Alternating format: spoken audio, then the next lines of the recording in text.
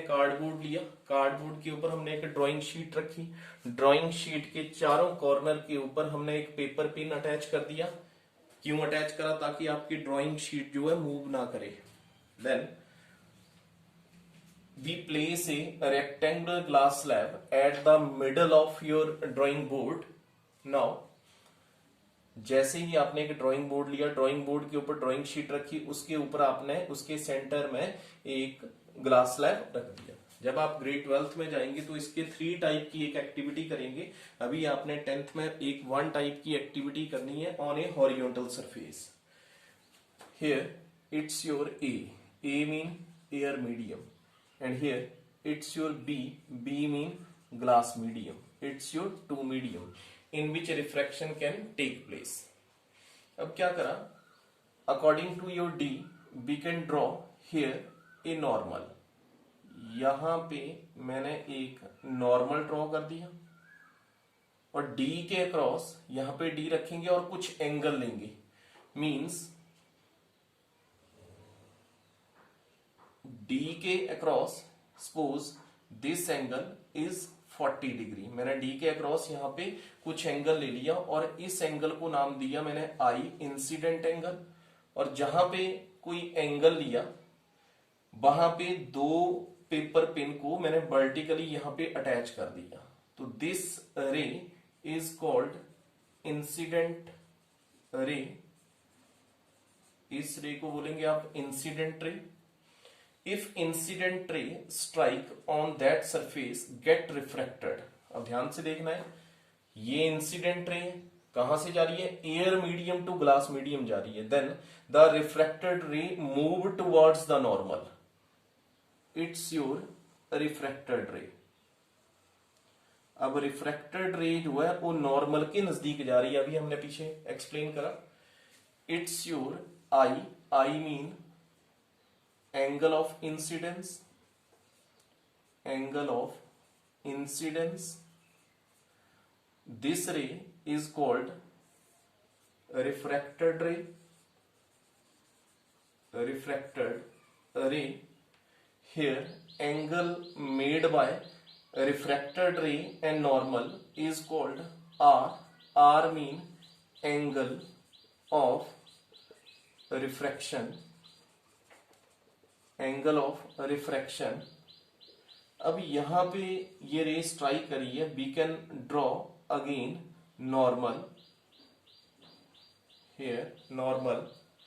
Now this ray, अब यहां से जो हमने पीछे पढ़ा, यहां पे incident ray travelling from air to glass medium, then refracted ray move towards the normal. And second type of refraction, here the word is two refraction. If the incident ray traveling from glass medium to, it's your again air medium A. If incident ray traveling from glass medium to air medium, the refracted ray move away from the normal. इस case में क्या हुआ? जब incident ray air to glass में गया तो refracted रे normal के नजदीक आई, और जब सेकेंड टाइप की रिफ्रैक्शन हुई, ग्लास मीडियम से एयर मीडियम में लाइट रे जा रही है, तो refracted ray move away from the normal. Meaning ये एंगल छोटा रहेगा और ये एंगल बड़ा है। तो this is also called R is also called A angle of refraction, and this angle is called, this ray is called A emergent ray, and this angle is called E mean emergent angle, and this emergent angle is also equal to incident angle। meaning ये जो दोनों angle रहेंगे, ये दोनों air medium है और ये दोनों एंगल क्या रहेंगे? सेम रहेंगे। ये इसको आप और क्या बोल सकते हैं कि रिफ्रैक्शन थ्रू ए, और इसको नाम दे सकते हैं आप रिफ्रैक्शन थ्रू ए रेक्टेंगुलर ग्लास स्लैब। अब अंडरस्टैंड करेंगे फिर से। मैंने क्या करा, यहां पे it's your incident ray, this is a normal. If incident ray strike या traveling from air to glass medium, the refracted ray move towards the normal. And a second type refraction, if incident ray traveling from water या glass medium to air medium, the refracted ray move away from the normal. अब ये this ray incident ray, this रे reflected ray, this रे emergent रे, this angle of incidence, it's your angle of refraction, this angle is also same angle of refraction. ये इसको again आप आई भी बोल सकते हैं, अगर आपने टू टाइप का रिफ्रैक्शन, आई भी बोल सकते हैं, हियर आर भी बोल सकते हैं, here E is equal to emergent angle and this emergent angle is also equal to incident angle. ये तो आपका क्वेश्चन, आपने इसका एक्सप्लेनेशन देना है. अब आपको एक्सप्लेन कर रहा हूं कि आपने इसकी एक्टिविटी करनी कैसे है. सो फर्स्ट ऑफ ऑल हमने एक ड्राइंग बोर्ड लिया है, ड्राइंग बोर्ड के ऊपर ड्राइंग शीट रखी, ड्राइंग शीट के ऊपर हमने ये रेक्टेंगुलर हॉरिजॉन्टली क्या कर दिया, प्लेस कर दिया हमने इसको, ग्लास स्लैब को. यहां पे एक 90 डिग्री का एक रे पास करा और इस 90 के अक्रॉस यहां पे मैंने कुछ एंगल ले लिया डी के साथ, जैसे ये एंगल लिया मैंने 40 डिग्री, और इस रे के ऊपर मैंने दो पिंस, पेपर पिंस वर्टिकली ऐसे अटैच कर दी. अब क्या करेंगे, इसके ऊपर जैसे हमने क्या करा है कि suppose it's your glass slab, ये आपके पास एक ग्लास स्लैब है, मैंने यहां से एक नॉर्मल ड्रॉ करा, नॉर्मल, और यहां से कुछ एंगल ले लिया, दो पिंस मैंने इसके इस कॉर्नर के ऊपर लगाई हैं. अब मैं इस ड्राइंग शीट को मूव करूंगा और टू पिंस इस एमर्जेंट रे के ऊपर लगाऊंगा, और जब आप इस ग्लास स्लैब के बीच में से देखेंगे तो ये चारों पिंस आपको एक ही लाइन में नजर आएंगी. अगर एक्चुअल में देखें तो ये एक लाइन में नहीं है, ये लाइन कहीं और जा रही है. तो अगर ये चारों पिंस एक ही लाइन में नजर आ रही हैं, it mean it is a two type of refraction through a glass slab. दो पिंस मैंने इंसिडेंट रे के ऊपर लगाई, यहां से नॉर्मल ड्रॉ करा, फिर मैं इस ग्लास स्लैब के दूसरे एंड से उन दो पिंस को ऑब्जर्व करूंगा. जब ये दो पिंस एक दूसरे के बिल्कुल एक ही पिन दिखेगी, एक ही टिप दिखेगी आपको, जब यहां पे एक पिन लगाओगे, थर्ड पिन लगाओगे, तो ये तीनों पिंस एक ही लाइन में, फोर्थ पिन उस पॉइंट के ऊपर अटैच करोगे जिसमें सभी पिंस एक ही लाइन में नजर आ रही हैं. जहां पे आपने ये दो पिंस लगाई वहां पे उस लाइन को ड्रॉ करेंगे and this line is also called a emergent रे. So this is your refraction through a glass slab. अब एक और पॉइंट यहां से एक्सप्लेन कर रहा हूं, so you can understand carefully. Here is the refraction through a glass slab. So one more question arise from here.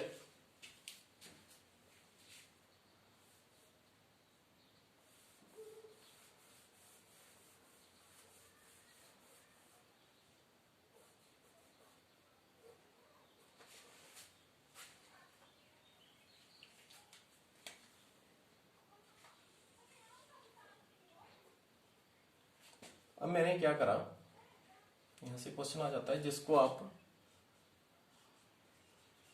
Lateral displacement भी बोल देते हैं, लेटरल डिस्प्लेसमेंट और लेटरल शिफ्ट भी बोल देते हैं. That is denoted by small D, but is an lateral displacement और ए लेटरल शिफ्ट. सो लेटरल डिस्प्लेसमेंट और लेटरल शिफ्ट, अगर मैं इस इंसिडेंट रे को यहां से बिल्कुल पैरेलल अगर एक रे और पास करूंगा, it's your A, this point is B, C and D. If we draw the perpendicular from the refracted ray, यहां से मैंने एक परपेंडिकुलर ड्रॉ करा जिसको नाम दे दिया E, और इस डिस्टेंस को नाम दिया मैंने D. D mean lateral displacement और ए लेटरल शिफ्ट. तो क्या डिफाइन करेंगे, the perpendicular distance on the incident ray, incident भी बोल सकते हैं या This is your incident ray. The perpendicular distance on the incident ray is called a lateral shift. Yeah, the perpendicular distance on the refracted ray is also called a lateral shift. अब इसमें जैसे आपको पहले मैंने ये बोला था, what is an two type of refraction. If it's your first medium,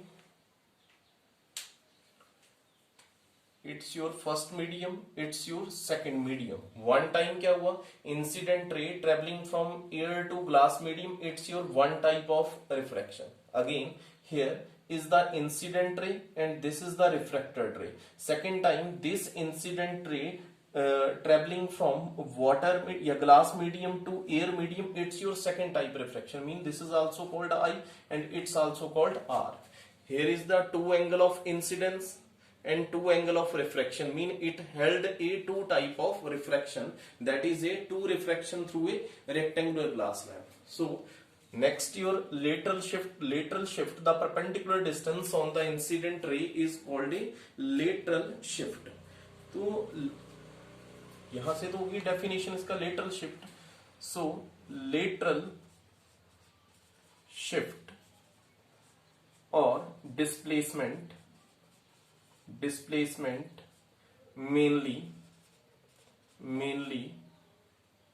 depends upon जो lateral shift है किसके ऊपर डिपेंड करता है. First the thickness of glass slab, the thickness of glass slab. इस ग्लास स्लैब का थिकनेस कितना है, that is equal to T. T is the thickness of glass slab. Second is the angle of incidence. Angle of incidence. ये angle कितना ले रही हो, 30 degree ले रही हो, 40 डिग्री ले रही हो. जितना बड़ा एंगल रहेगा उतनी ज्यादा लेटरल शिफ्ट रहेगी. जितनी थिकनेस ज्यादा होगी उतनी ही इसकी लेटरल शिफ्ट ज्यादा होगी. और third point is your refractive index. Refractive index of the glass slab. So first of all you can define what is a lateral shift. So lateral shift, the perpendicular distance on the incident ray is called a lateral shift. So next, जैसे जैसे आप higher classes में grade 12th में जाएंगे तो इसके ऊपर और भी एक्सप्लेनेशन है, इसके ऊपर एक डेरिवेशन है. So D is equal to, D mean lateral shift, that is equal to sine I minus R. आगे डिस्कस करेंगे. So first of all here lateral shift is the perpendicular distance on the incident or refracted ray is called lateral shift. So lateral shift mainly depends upon the thickness of the glass slab का thickness कितना है, angle of incidence and the refractive index of the glass slab. इस glass slab का refractive index कितना है.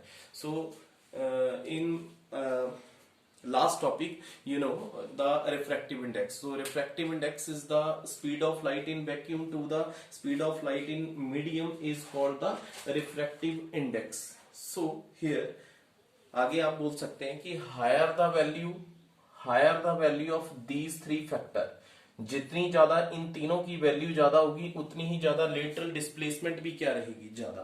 क्या बोल सकते हैं, higher the value of these factor,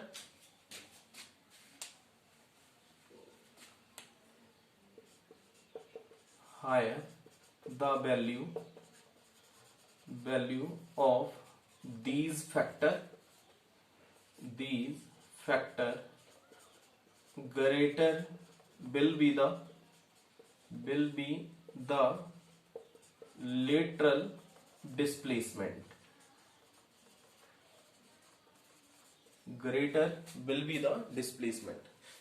जो ये तीन फैक्टर हमने रीड करे, जितनी ज्यादा इनकी वैल्यू ज्यादा रहेगी उतना ही ज्यादा इसके बीच में लेटरल डिस्प्लेसमेंट भी ज्यादा रहेगी.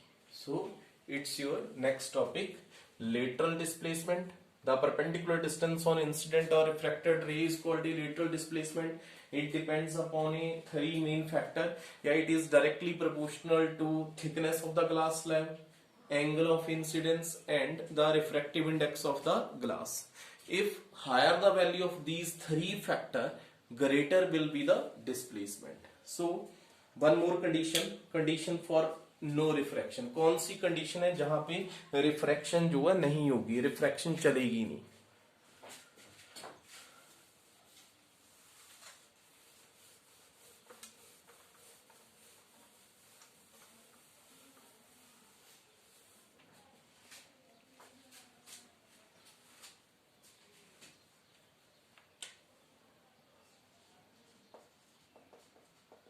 Condition for no refraction.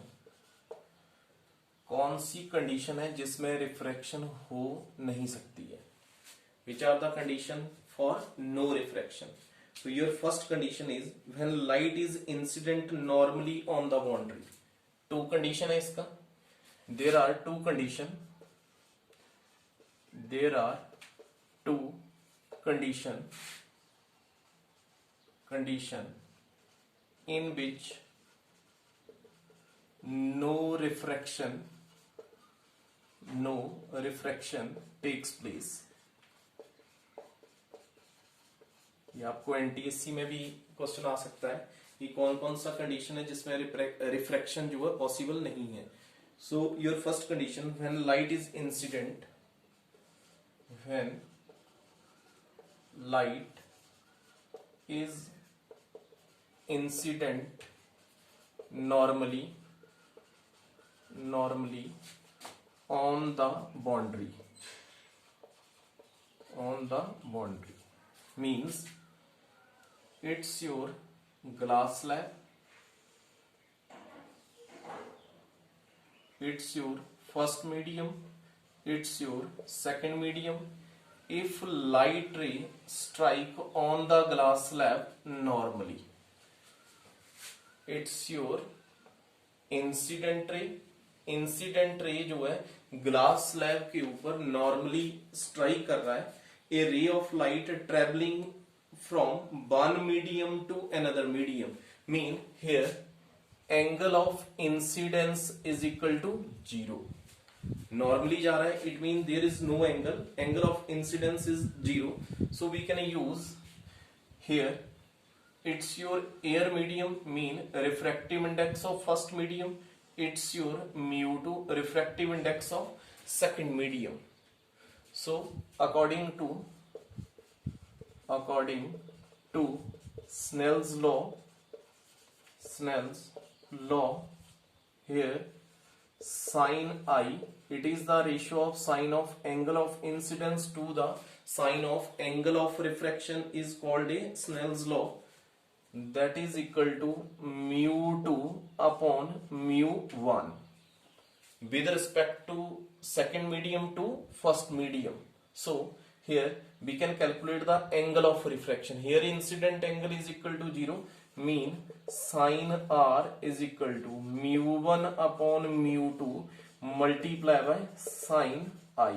I mean incidence angle. Here incidence angle is equal to 0, sin R is equal to mu1 upon mu2 into sin 0 degree. Sin 0 is equal to 0, sin R is equal to 0 and R is equal to 0. Mean incident angle is also equal to 0 and refracted angle is also equal to, both the angle are equal to 0. It means there is no refraction takes place when light is incident normally on the boundary.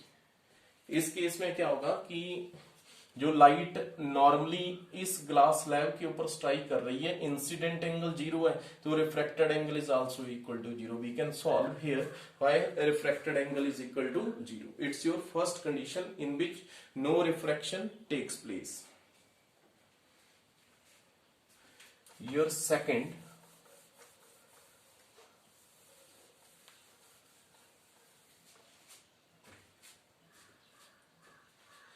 second condition is when the refraction या refractive index of two media are equal. When the refractive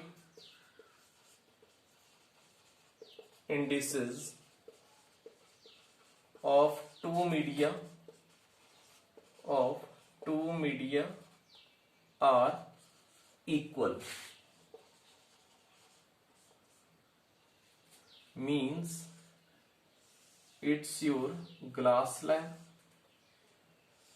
Here mu1 is equal to mu, बोला है when the refractive indices of two media are equal, mean mu1 is equal to mu2, दोनों same है. It's your mu2 that is also equal to mu. अब दोनों जो refractive indexes हैं वो क्या है, एक दूसरे के इक्वल है. It means again using Snell's law sin I upon sin R is equal to mu2 upon mu1. Here mu2 upon mu1 is equal to mu, both are equal. Mu1 is also equal to mu and mu2 is also equal to mu. Mean sin I upon sin R is equal to mu upon mu. It means sin I upon sin R is equal to 1. Means sin I is equal to 1 multiply by sin R. We can say that incident angle is equal to refracted angle. Means जितना incident angle है उतना ही क्या रहेगा, refracted angle. These two angle are same. तो आपने अभी पढ़ा कि रिफ्रैक्शन के केस में ऐसा नहीं होता कि these two angle are same. For example, it's your glass slab, incident ray, refracted ray. It's your incident angle, it's your refracted angle. अभी मैं आपको समझा रहा हूं कि अगर incident ray air medium to glass medium जा रही है तो जो रिफ्रैक्टेड रे है it move towards the normal. तो ये इंसिडेंट एंगल जो है ये बड़ा रहेगा, लार्ज रहेगा, और ये जो रिफ्रैक्टेड एंगल है ये स्मॉल रहेगा. ये दोनों एंगल सेम नहीं हो सकते हैं. अगर ये दोनों एंगल सेम रहेंगे it means there is no refraction takes place. So we can explain these terms. In my next video we will discuss some more numerical based upon your refractive index and the refraction take place on a rectangular glass slab. So you can learn these things. Thank you.